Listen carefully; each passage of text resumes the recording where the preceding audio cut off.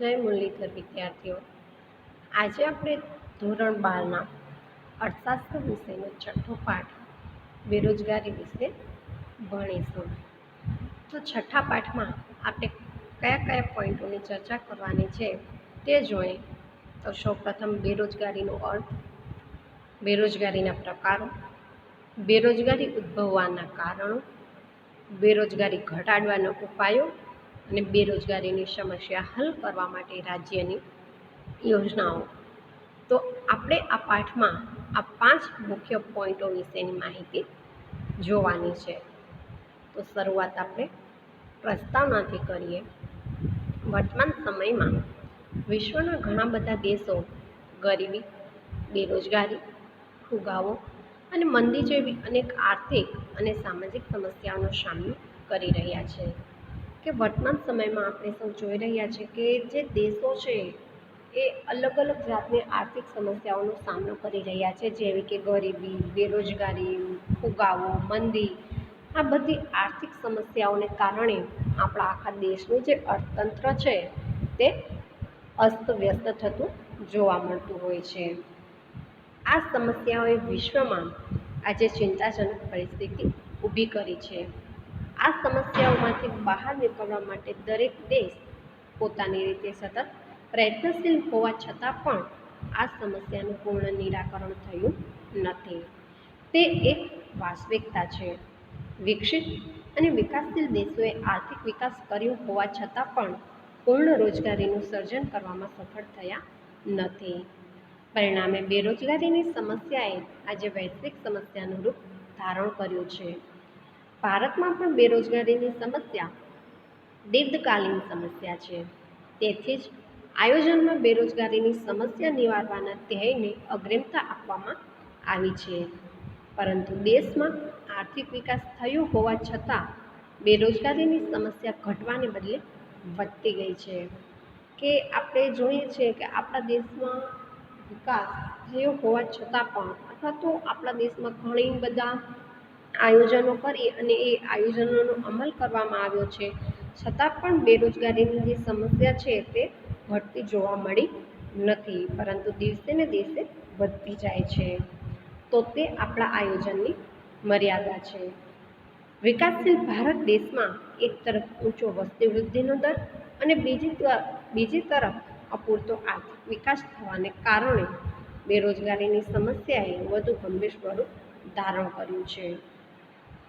હવે આપણે બેરોજગારીનો અર્થ જોઈશું. સામાન્ય રીતે બેરોજગારી એટલે કામ કરી શકે તેમ વ્યક્તિની કામ વગરની સ્થિતિ. કે જે લોકો કામ કરી શકતા હોય છતાં પણ તેઓને કામ ન મળતું હોય, તો તેવી કામ વગરની જે સ્થિતિ છે તેને બેરોજગારી તરીકે ઓળખવામાં આવે છે. બેરોજગાર માત્ર શ્રમિક જ હોય તેવું નથી, પણ ઉત્પાદનના અન્ય સાધનો પણ બેરોજગાર હોઈ શકે છે.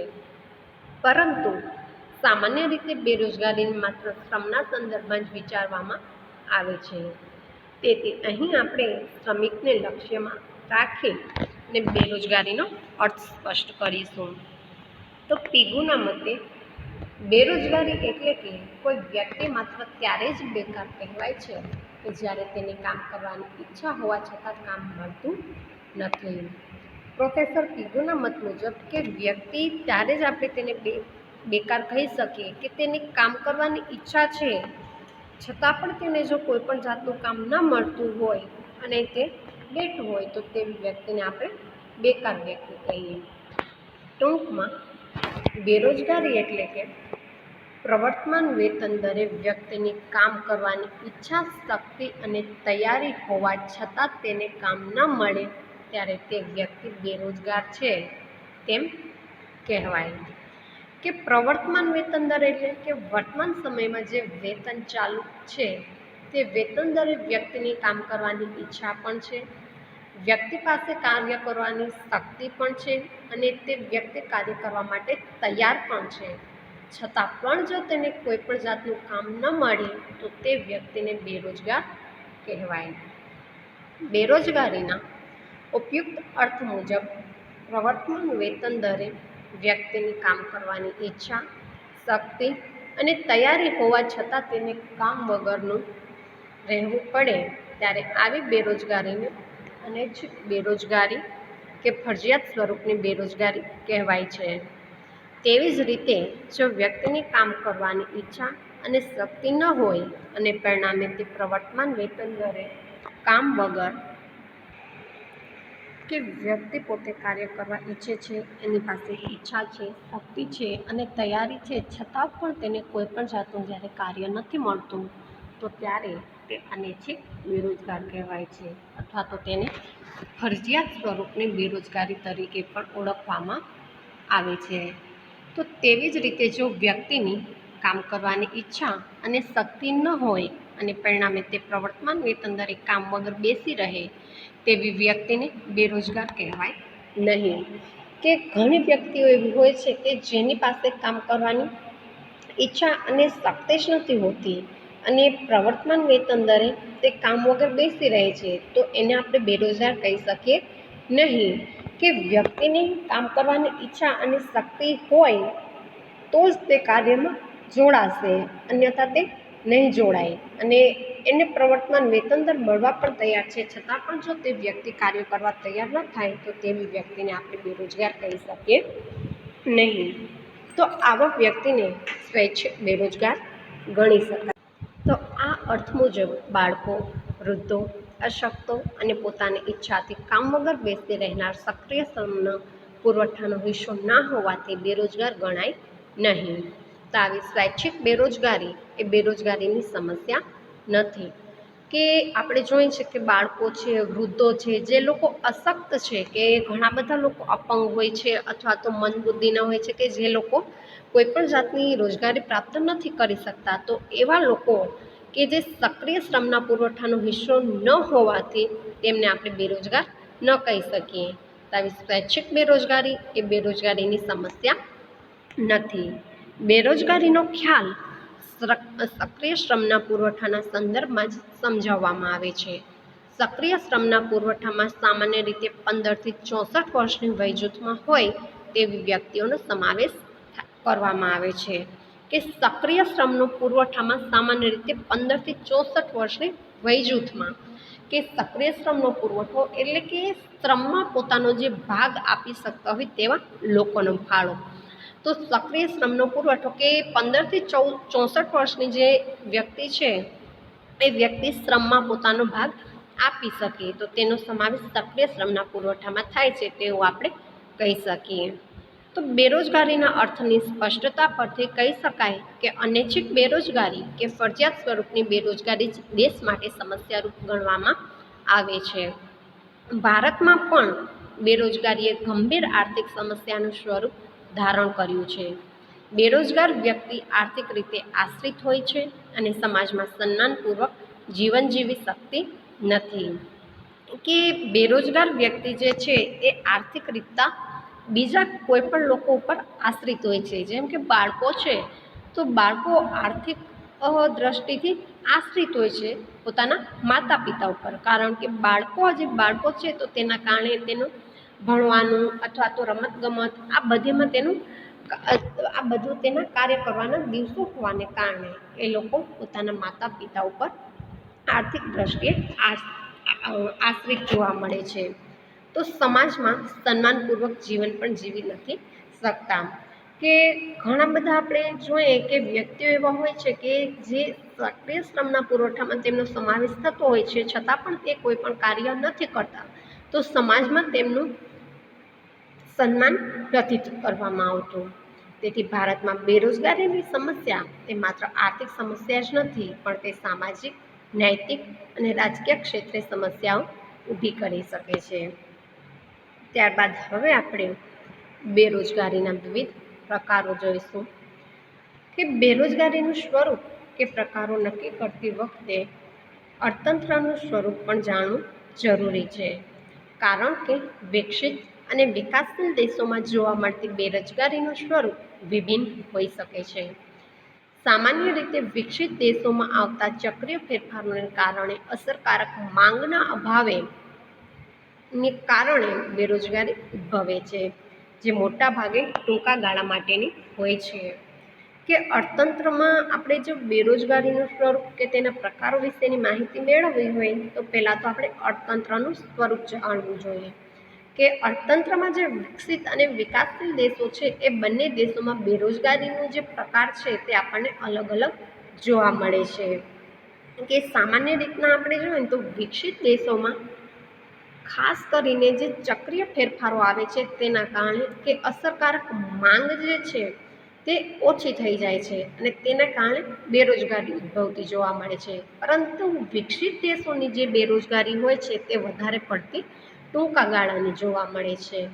તો વિકસિત દેશોમાં ચક્રીય બેરોજગારી અને ઘર્ષણજન્ય બેરોજગારી વિશેષ પ્રમાણમાં જોવા મળે છે કે જેને અસરકારક માંગમાં વધારો કરી અને હલ કરી શકાય છે.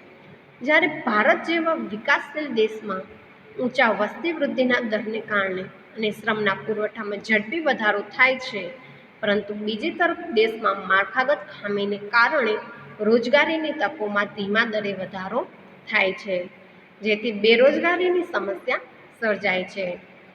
કે વિકાસશીલ દેશ અને તેમાં પણ જે વસ્તી વૃદ્ધિનો જે દર છે તે સતત ઊંચો જોવા મળે છે. તો આવા અને જે શ્રમનો પુરવઠો છે તે ખૂબ જ ઝડપથી વધતો હોય છે. તો એવા સમયે કે જે બેરોજગારી હોય છે તે માળખાગત સ્વરૂપની બેરોજગારી જોવા મળતી હોય છે અને ખાસ કરી અને વિકાસશીલ દેશોની જે બેરોજગારી હોય છે તે લાંબા ગાળા માટેની હોય છે કે જેને આર્થિક, સામાજિક અને રાજકીય માળખામાં યોગ્ય ફેરફાર લાવી અને આંતરમાળખાકીય સુવિધાનો વિસ્તાર કરી અને હલ કરી શકાય છે. કે ખાસ કરી અને વિકાસશીલ દેશોની જે બેરોજગારી છે તે માળખાગત સ્વરૂપની હોવાને કારણે કે આર્થિક, સામાજિક અને રાજકીય માળખામાં ફેરફાર કરી અને તેમાં આંતરમાળખાકીય સુવિધાઓમાં વધારો કરી અને બેરોજગારી હલ કરી શકીએ છીએ. બેરોજગારીનું સ્વરૂપ કે પ્રકારો જાણવા માટે શ્રી રાજકૃષ્ણ સમિતિ રિપોર્ટ 2011 અને 12માં નીચેના 4 માપદંડો રજૂ કર્યા છે. તો રાજકૃષ્ણ સમિતિ દ્વારા 2011 અને 12માં પોતાના જે માપદંડો રજૂ કર્યા છે એ 4 માપદંડો આ પ્રમાણે છે. એમાં પહેલું છે સમય, કે જે વ્યક્તિ કામ કરવાની વૃત્તિ અને શક્તિ ધરાવતી હોય પરંતુ અઠવાડિયામાં 28 કલાક કે તેથી ઓછા કલાક માટે કામ મળે તો તેને તીવ્ર રીતે બેરોજગાર ગણાય. કે વ્યક્તિ પોતે કામ કરવાની ઈચ્છા અને શક્તિ ધરાવતી હોય પરંતુ અઠવાડિયામાં તેને માત્ર ખાલી 28 કલાક કે તેથી ઓછા કલાક માટે કામ મળતું હોય તો તેને સંપૂર્ણ બેરોજગાર અથવા તો તીવ્ર બેરોજગાર કહી શકાય. પરંતુ જો વ્યક્તિને અઠવાડિયામાં 28 કલાકથી વધારે પરંતુ 42 કલાકથી ઓછા સમય માટે કામ મળતું હોય તો બેરોજગારીની તીવ્રતા ઓછી છે એવું કહી શકાય. ત્યારબાદ બીજો માપદંડ છે આવક, કે વ્યક્તિને કામમાંથી એટલી ઓછી આવક મળતી હોય કે જેથી તેની ગરીબી દૂર ન થઈ શકે તો તે આવકની દ્રષ્ટિએ બેરોજગાર ગણાય છે. ભારતમાં ગ્રામીણ વિસ્તારમાં આવી બેરોજગારી વિશેષ પ્રમાણમાં જોવા મળે છે. ખાસ કરી અને ગ્રામીણ વિસ્તારમાં આવી બેરોજગારીનું જે પ્રમાણ છે તે ઊંચું હોય છે.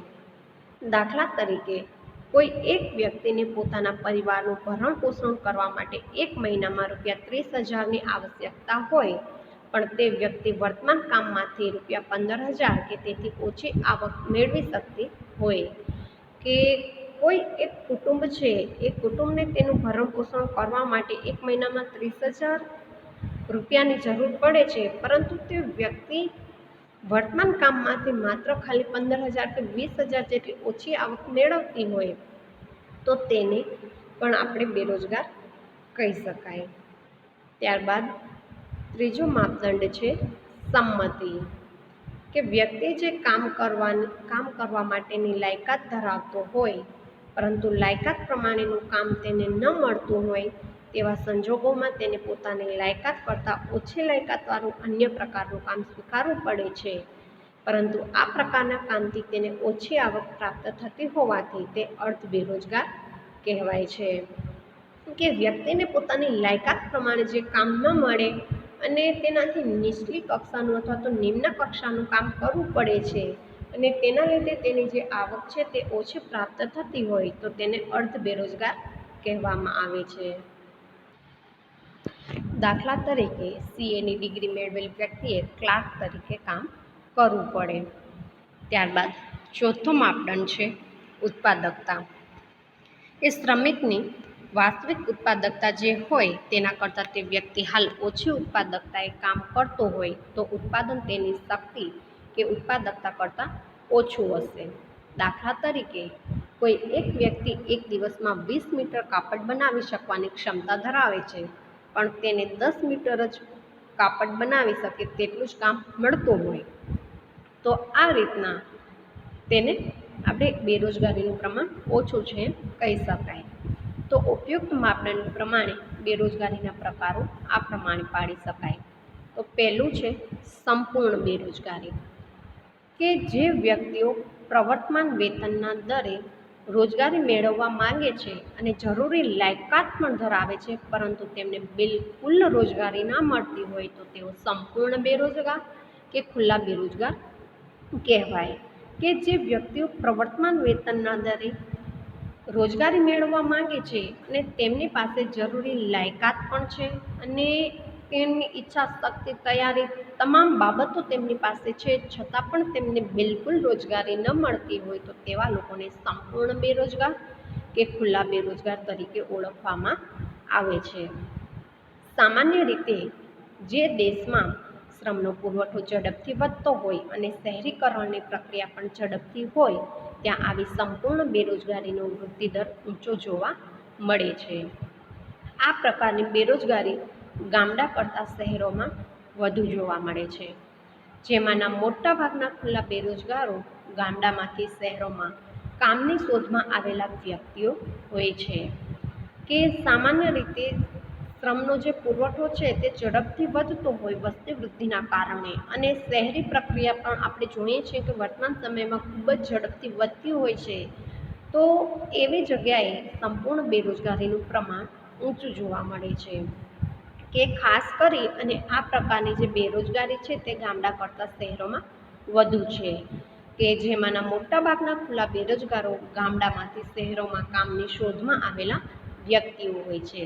તો સંપૂર્ણ બેરોજગારીનો ભોગ સામાન્ય રીતે શિક્ષિતો તાલીમ વગરના વ્યક્તિઓ વધારે બનતા હોય છે. કે ખાસ કરી અને સંપૂર્ણ બેરોજગારીનો ભોગ જે શિક્ષિતો હોય છે તે અને તાલીમ વગરના જે લોકો હોય છે તેનું પ્રમાણ વધારે હોય છે.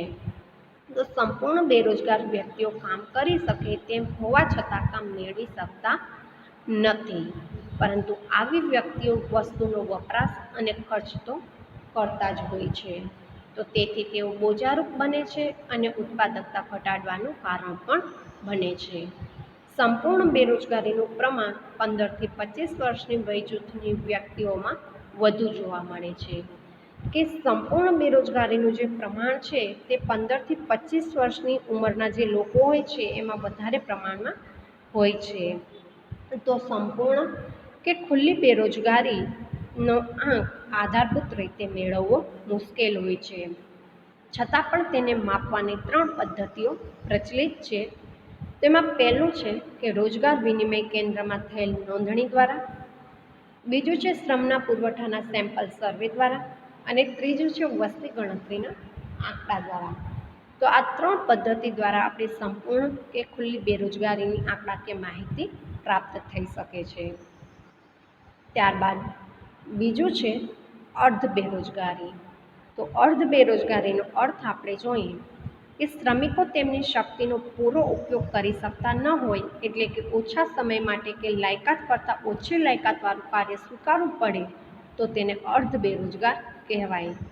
કે શ્રમિકો પાસે જેટલી એની શક્તિ છે એ શક્તિનો તે પૂરેપૂરો ઉપયોગ ન કરી શકતા હોય અને ખાસ કરી અને ઓછા સમય માટે તેને કાર્ય મળતું હોય અને જે કોઈ પણ વ્યક્તિ પાસે લાયકાત છે એ લાયકાત કરતાં પણ તેને નીચલી કક્ષાનું કાર્ય સ્વીકારવું પડે તો તેને આપણે અર્ધ બેરોજગાર કહેવાય. કે શ્રમિક દિવસના જેટલા કલાક અથવા તો વર્ષના જેટલા દિવસ કામ કરવાની વૃત્તિ અને શક્તિ ધરાવતો હોય તેના કરતાં ઓછા કલાક કે દિવસનું કામ મળે તો તે અર્ધ બેરોજગાર કહેવાય. દાખલા તરીકે એક કારખાનામાં કે ખેતરમાં શ્રમિકને 8 કલાકને બદલે માત્ર 5 કલાક કામ મળતું હોય તો તે અર્ધ બેરોજગાર કહેવાય. તો આ અર્થ મુજબ ભારતમાં ગ્રામ્ય વિસ્તારમાં ખેતી ક્ષેત્રે જોવા મળતી મોસમી બેરોજગારી પણ અર્ધ બેરોજગારીનો જ એક પ્રકાર છે. કે ખાસ કરીને ખેતી ક્ષેત્રે આપણને જે મોસમી બેરોજગારી જોવા મળે છે તે મોસમી બેરોજગારી પણ અર્ધ બેરોજગારીનો જ પ્રકાર કહી શકાય. કારણ કે આપણા ભારત દેશમાં ખેતી જે છે તે વરસાદ આધારિત છે અને માત્ર ખાલી વરસાદની ઋતુમાં જ ખેડૂતો ખેતી કાર્યમાં જોડાય છે અને અન્ય સમયમાં એ લોકોને બેકાર રહેવું પડે છે.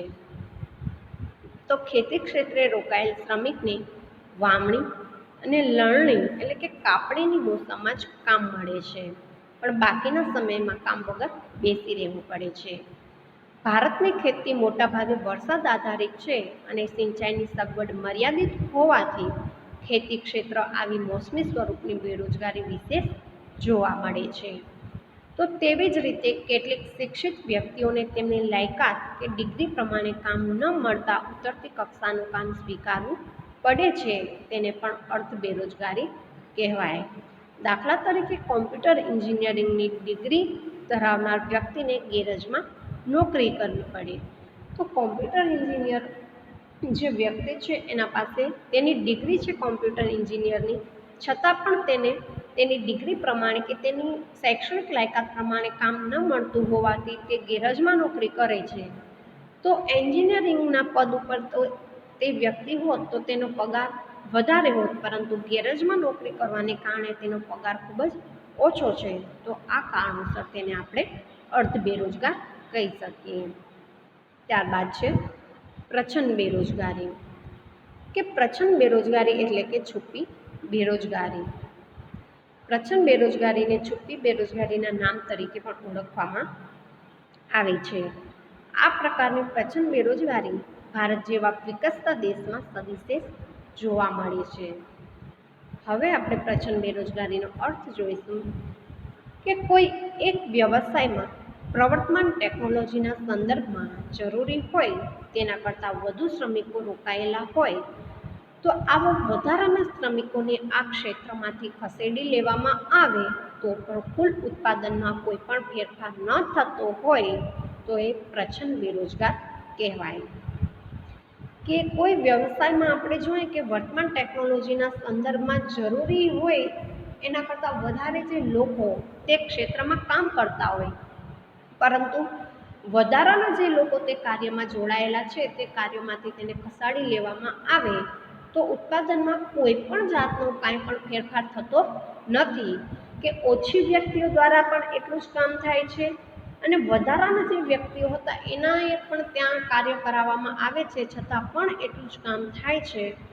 તો તેના કારણે વધારાની જે વ્યક્તિઓ છે તો તેને આપણે બેરોજગાર પ્રચ્છન્ન બેરોજગાર કહી શકાય.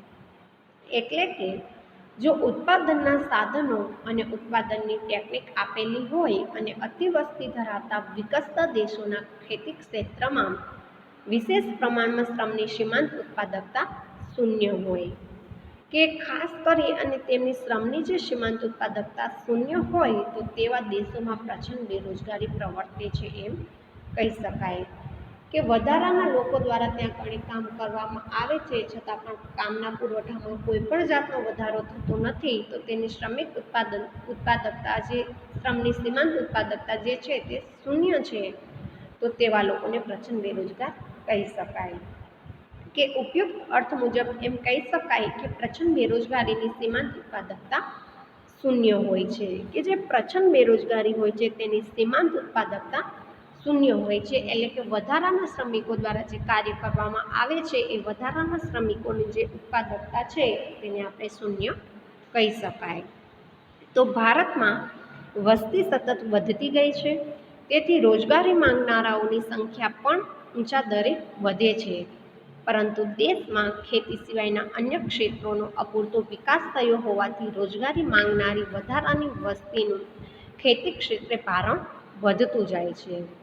તો આવા વધારાના શ્રમિકોને ખેતી ક્ષેત્રમાંથી ખસેડી લેવામાં આવે તો પણ ખેત ઉત્પાદનમાં ઘટાડો થશે નહીં.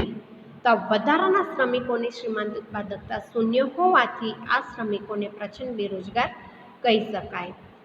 શહેરોમાં પણ ઉદ્યોગ અને વેપાર ક્ષેત્રે આવી પ્રચંડ બેરોજગારી જોવા મળતી હોય છે. તો સામાન્ય રીતે જે વ્યવસાયમાં શ્રમ કાર્ય કુટુંબ દ્વારા થતું હોય, શ્રમિકોને વેતન નાણાકીય સ્વરૂપમાં ન ચૂકવવામાં આવતું હોય, તેમાં પ્રચંડ બેરોજગારીની વિશેષ જોવા મળતી હોય છે. દાખલા તરીકે 10 હેક્ટર જમીનનો ઇષ્ટતમ ઉપયોગ કરવામાં આવે તો વધુમાં વધુ 5 શ્રમિકોને રોજગારી પૂરી પાડી શકાય તેમ હોય, પરંતુ અન્ય સ્થળે કામ મળે તેમ ન હોવાથી કુટુંબના બીજા 3 સભ્યો પણ આ જ ખેતરમાં કામમાં જોડાય, પણ તેમના જોડાવાથી આ ખેતરમાં કુલ ઉત્પાદનમાં કોઈ જ વધારો થતો ન હોય, તો આ વધારાના 3 શ્રમિકો પ્રચંડ બેરોજગાર છે તેમ કહેવાય. અને આવા શ્રમિકો બેકાર દેખાતા નથી, પરંતુ તેમની સીમાંત ઉત્પાદકતા શૂન્ય હોવાથી તે પ્રચંડ બેરોજગાર ગણાય. કે વધારાના જે શ્રમિકો છે તેના કારણે ઉત્પાદનમાં કોઈ ખાસ વધારો તો થતો જ નથી, પરંતુ એ લોકો આપણને બેરોજગાર પણ દેખાતા નથી. તો તેને કારણે તેની જે સીમાંત ઉત્પાદકતા શૂન્ય હોય છે અને એટલે જ આપણે તેને પ્રચંડ બેરોજગાર કહી શકીએ. ત્યારબાદ છે ચક્રીય બેરોજગારી. કે મૂડીવાદી સ્વરૂપની અર્થવ્યવસ્થામાં મૂડીરોકાણ કરનાર અને બચત કરનાર બંને જુદી વ્યક્તિઓ હોવાથી મૂડીરોકાણ અને બચત કરનાર વચ્ચે અવારનવાર અસમતુલા સર્જાય છે.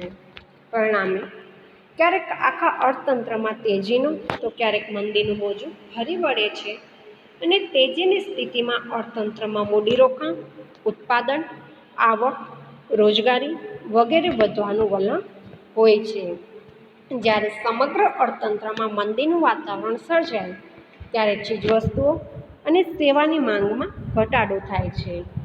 પરિણામે અસરકારક માંગના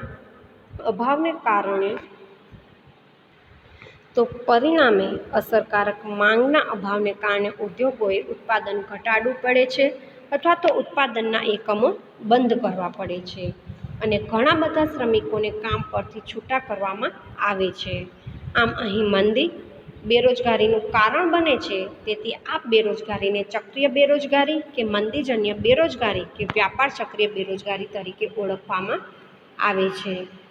તો ચક્રીય બેરોજગારીના વિવિધ નામો છે, જેમ કે ચક્રીય બેરોજગારી, મંદીજન્ય બેરોજગારી, વ્યાપાર ચક્રીય બેરોજગારી. તેમ વિવિધ નામોથી તેને ઓળખવામાં આવે છે. તો ઈસવીસન 1929 અને 30માં અમેરિકામાં આવેલ મહામંદીની અસર વિશ્વના ઘણા બધા દેશોમાં જોવા મળેલી. તેથી આ મંદીને વિશ્વ મહામંદી તરીકે પણ ઓળખવામાં આવે છે. વર્તમાન સમયમાં પણ ક્યારેક અમેરિકા, ઇંગ્લેન્ડ જેવા વિકસિત દેશોમાં આવી બેરોજગારી સર્જાય છે. ભારતમાં પણ મૂડીવાદી સ્વરૂપના બજાર તંત્રનું અસ્તિત્વ હોવાથી અવારનવાર આવી ચક્રીય બેરોજગારી ઉદ્ભવતી જોવા મળે છે. જેમ કે ભારતમાં હીરા ઉદ્યોગ ક્ષેત્રે ક્યારેક આવા સ્વરૂપની બેરોજગારી ઉદ્ભવતી જોવા મળે છે. તો ચક્રીય બેરોજગારીની સમસ્યા હલ કરવા માટે રાજ્યએ ઉત્પાદકીય કે વિકાસલક્ષી કાર્યોમાં મૂડીરોકાણમાં વધારો કરી અને વધુને વધુ લોકોને રોજગારી પૂરી પાડી અને તેમની આવકમાં વધારો થાય તેવા પ્રયાસ કરવા જોઈએ, જેથી લોકોની આવક વધતા અસરકારક માંગમાં વધારો થશે અને ઉત્પાદન વધશે. તો ઉત્પાદન વધતા રોજગારી વધશે અને પરિણામે ચક્રીય બેરોજગારીની સમસ્યા હળવી થશે. તો આ રીતના ચક્રીય બેરોજગારીમાં વ્યાપાર ચક્ર ખાસ કરી અને તેજી મંદીના જે ઉછાળો આવે છે અને તેને કારણે જે બેરોજગારી સર્જાય છે તેને ચક્રીય બેરોજગારી કહી શકાય. ત્યારબાદ છે ઘર્ષણજન્ય બેરોજગારી. તો જ્યારે ઉત્પાદન પદ્ધતિમાં ચીજવસ્તુની માંગમાં કે ચીજવસ્તુના ઉત્પાદનમાં ફેરફાર થવાથી કે શોધખોળ અને નવી ટેકનોલોજીને કારણે બજારમાં નવી વસ્તુ પ્રવેશવાથી જો બેરોજગારી સર્જાય તો આવી બેરોજગારીને ઘર્ષણજન્ય બેરોજગારી તરીકે ઓળખવામાં આવે છે. એટલે કે જૂની ટેકનોલોજીને સ્થાને નવી ટેકનોલોજી આવતા જૂની ટેકનોલોજીના જે પરિબળો અથવા તો જૂની ટેકનોલોજી સાથે જે લોકો સંકળાયેલા હોય તો તે બેરોજગાર બને છે, તો તેને ઘર્ષણજન્ય બેરોજગારી તરીકે ઓળખવામાં આવે છે. વિકસિત દેશોમાં જૂની ઉત્પાદન પદ્ધતિના સ્થાને નવી ઉત્પાદન પદ્ધતિ આવતા જૂની ઉત્પાદન પદ્ધતિવાળા એકમોને આર્થિક રીતે નુકસાન જતાં કેટલાક એકમો બંધ પડે છે. પરિણામે તેમાં રોકાયેલા શ્રમિકો નવી ઉત્પાદન પદ્ધતિને અનુરૂપ કાર્ય ના શીખે ત્યાં સુધી તેમને બેરોજગાર રહેવું પડે છે. તો નવી પદ્ધતિ મુજબનું કાર્ય શીખીને ફરીથી શ્રમિકો રોજગારી મેળવી લે છે. એટલે કે આ સ્વરૂપની બેરોજગારી ટૂંકા ગાળા માટેની હોય છે. દાખલા તરીકે સાદા મોબાઈલ ફોનના સ્થાને સ્માર્ટ મોબાઈલ ફોન આવતા સાદા મોબાઈલ ફોનના ઉત્પાદનના વેચાણ અને સર્વિસ ક્ષેત્રે કામ કરતા શ્રમિકોને રોજગારી મળતી બંધ થતાં તેઓ બેરોજગાર બને છે. તો આ સ્વરૂપની બેરોજગારી ઘર્ષણજન્ય બેરોજગારી ગણાય. કે જૂની ટેકનોલોજીને સ્થાને નવી ટેકનોલોજી આવવાને કારણે કે જે ઘર્ષણ ઉત્પન્ન થાય છે અને તેમાં ખાસ કરી અને જૂની ટેકનોલોજી સાથે જે સંકળાયેલા લોકો હોય છે તેમને સંપૂર્ણ બેરોજગાર બનવું પડે છે. તો આવી બેરોજગારીને ઘર્ષણજન્ય બેરોજગારી તરીકે ઓળખવામાં આવે છે. તો આ 5 બેરોજગારીનો પ્રકારો હતા. તો હવે પછીના લેક્ચરમાં આપણે બેરોજગારીના કારણો અને તેને ઘટાડવાના ઉપાયો વિશેની માહિતી જોઈશું. અસ્તુ.